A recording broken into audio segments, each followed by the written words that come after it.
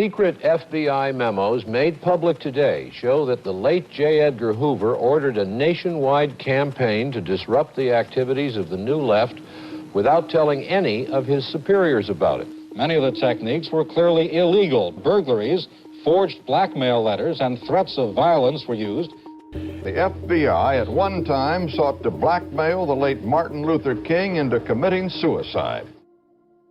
That was just some of the coverage that flowed from one of the most extraordinary burglaries in American history. The break-in of a small FBI office outside Philadelphia on the evening of March 8th, 1971, 50 years ago this Monday. While much of the country that night was obsessing over the fight of the century, the bout in Madison Square Garden between Muhammad Ali and Joe Frazier, a small group of anti-Vietnam War protesters broke into the Bureau's resident office in Media, Pennsylvania, and stole up to 1,000 secret documents, and then began mailing them anonymously to members of Congress and journalists. Director J. Edgar Hoover was enraged, and he had good reason to be worried. The documents exposed shocking abuses of surveillance of left-wing protesters and student groups, and of directors for every FBI field office to create so-called racial squads charged with recruiting informants inside minority communities. And it also contained the first clues to the existence of COINTELPRO, the secret FBI program to harass and intimidate civil rights leaders, including Martin Luther King. We'll talk to the first reporter to receive and then write about the stolen FBI documents, Betty Metzger, and then to one of the burglars who broke into the office, Keith Forsyth. This is the first of 2 episodes of Skullduggery's Buried Treasure that will explore the history of FBI abuses that have new resonance today. I do solemnly swear that I will faithfully execute the office of President of the United States. And will, to the best of my ability, preserve, protect, and defend the Constitution of the United States. So help me God. so help me God. So help me God. So help me God. So help me God. So help me God. I'm Michael Isikoff, Chief Investigative Correspondent for Yahoo News. And I'm Dan Kleidman, Editor-in-Chief of Yahoo News. So everybody in the world knows the story of the Watergate break-in in 1972 that ultimately led to the resignation of Richard Nixon. But virtually nobody knows the story of this earlier break-in, a year 1971, before Watergate, that was practically as consequential. The legacy of that burglary, the FBI abuses that were exposed were so stunning and so powerful in the public imagination that it transformed the public's image of the FBI. And, we are still dealing with the fallout from those FBI abuses today. Yeah, this is such a cool story and on so many different levels. But as you say, it has echoes of, both the Watergate break-in, but also of the Pentagon Papers.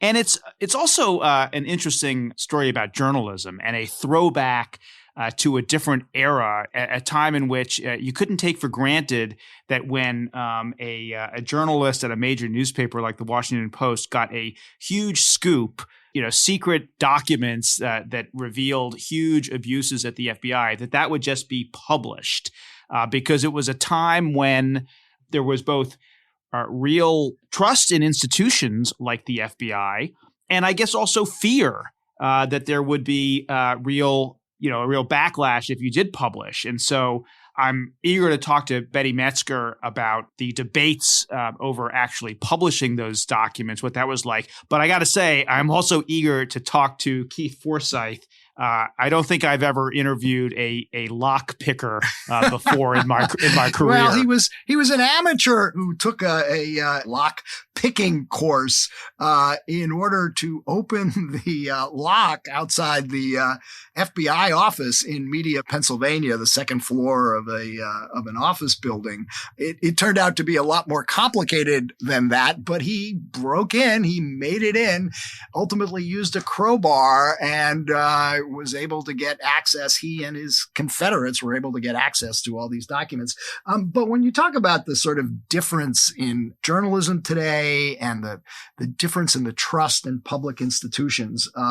There's a passage in Betty Metzger's book, the excellent book, The Burglary, about all this, where she points out that the morning after the media burglary, Senator Sam Ervin, we all remember him from the later Watergate cigar hearings, chopping, Watergate, was pushing legislation that would guarantee that citizens would not be abused by the collection of information by federal government agencies about their political opinions and private lives. And there was a hearing on this right after this burglary, in which an assistant attorney general from the Justice Department by the name of William Rehnquist testified that there was no need for such legislation. Rehnquist, of course, the future Chief Justice of the United States, argued that isolated imperfections in surveillance information collection should not be permitted to, quote, obscure the fundamental necessity and importance of federal information gathering or the generally high level of performance in this area by the organizations involved.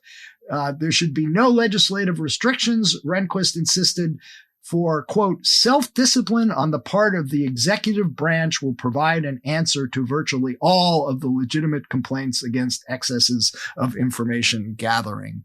Self-discipline by J. Edgar Hoover and John Mitchell, then the Attorney General, is what we should, is what Rehnquist was saying the public and the Congress should trust. Yeah, just trust us. Well, Rehnquist clearly did not perceive that the ground was rumbling beneath him and beneath all of our institutions. And that was right when that was happening was a huge inflection point in American politics. The other thing that is really important to say about this story is it resonates in all sorts of ways today with our institutions and with the FBI. And as law enforcement in particular, is on the one hand having its own racial reckoning as well. I mean, questions are being asked about the FBI and other law enforcement institutions engaging in racial profiling, and of course, looking at this long history of racism and structural racism in law enforcement and other institutions. But at the same time, the FBI, particularly after the attack on the Capitol on January 6th, is newly focused on white supremacy and extremist right-wing violence. So, as usual, the FBI is trying to navigate, I think, tricky cross currents and all of the kinds of issues that we're exploring in this two-part series are relevant, including the issue of whether the FBI building ought to be renamed. It is right now called the J. Edgar Hoover Building, and there are a lot of people who believe that it's time for that to change, and we'll be getting into that with Congressman Steve Cohen on the next episode of this two-part series. Just a couple of other quotes I want to read from some of these documents that the break-in into that Media Pennsylvania FBI office produced.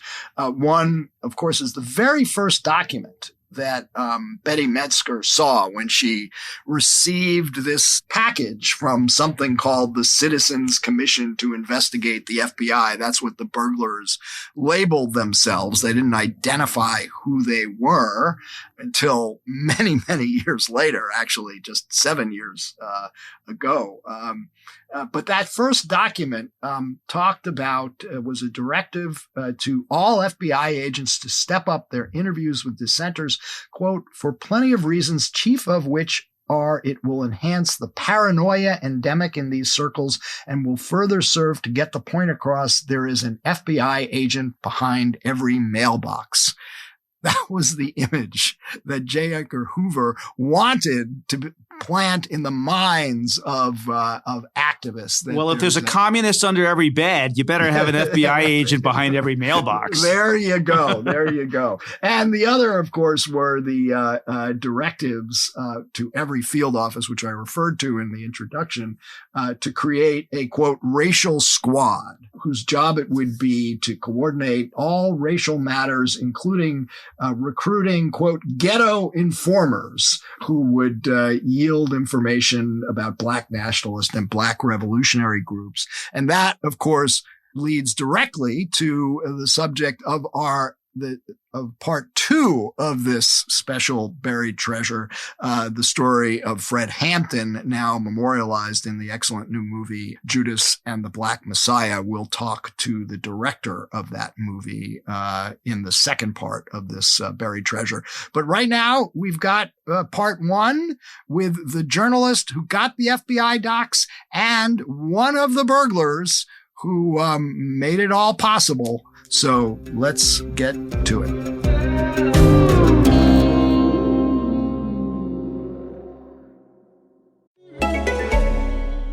Answer me this. How long have you had that mattress? Because it's looking even lumpier than my lockdown love handles. And while those might be more cuddly, a lumpy mattress is doing nothing for your comfort levels or your sleep. So whatever body you're rocking, put it on a Nectar mattress. And right now you can save over $500 on any queen or king bundle. That includes a Nectar mattress, foundation, mattress protector, cooling pillows, and sheet set, as well as our 365-night home trial and a forever warranty. Go to nectarsleep.com/save500 and get hugged. All right, we are now joined by Betty Metzger, author of The Burglary and the first reporter to receive and write about the FBI documents that were stolen from the office in Media, Pennsylvania, and Keith Forsyth, who was one of the burglars who broke into the FBI office. Betty and Keith, welcome to Skullduggery. Thank you. Thank you. So, Betty, let's start with you because it's such an amazing story. You're a reporter at the Washington Post in 1971. You are covering, among other things, religious affairs and the peace movement. And one day you go to your mailbox at the Post newsroom and tell us what you found. Well, I had a big manila envelope addressed to me with a return address of Liberty Publications, Media, Pennsylvania. It didn't mean anything to me. Went back to my office and opened it, and it was from anonymous people. No one was named as a sender. But there was a cover letter from people who called themselves the Citizens Commission to investigate the FBI. And in this document, they described what they had done and said that enclosed were copies of files that they had stolen from the Media FBI office on the night of March 8th, and that they hoped that I would see that they were published. And if they were published, that more might come. So you look at the documents, and what do you see in there? Well, the one that stands out immediately and became sort of the symbolic document of at least of the first bunch was a directive to agents to enhance the paranoia and to make the point that behind every mailbox is an FBI agent. Enhance the paranoia among who? This was specifically directed for agents who were covering the anti-war movement. So that was pretty dramatic, but that was a goal to make people paranoid because people in various movements accused each other of being paranoid in those days because they feared that there were spies in their midst. The other thing that stood out were documents that described the massive surveillance of Black people that was taking place. I mean, truly Stasi-like, which is what the reaction eventually was when these files became publicly known, that it looked like at least in regard to Black Americans, as though the FBI was acting like the secret police of East Germany, which was very well known and much dreaded at that time.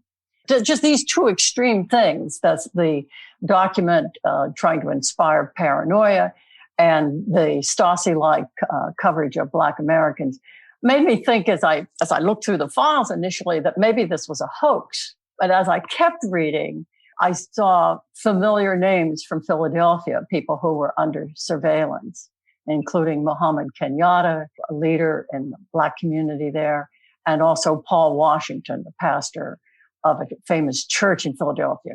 Right. So I began to think, well, maybe they are real. What did you do to Betty to try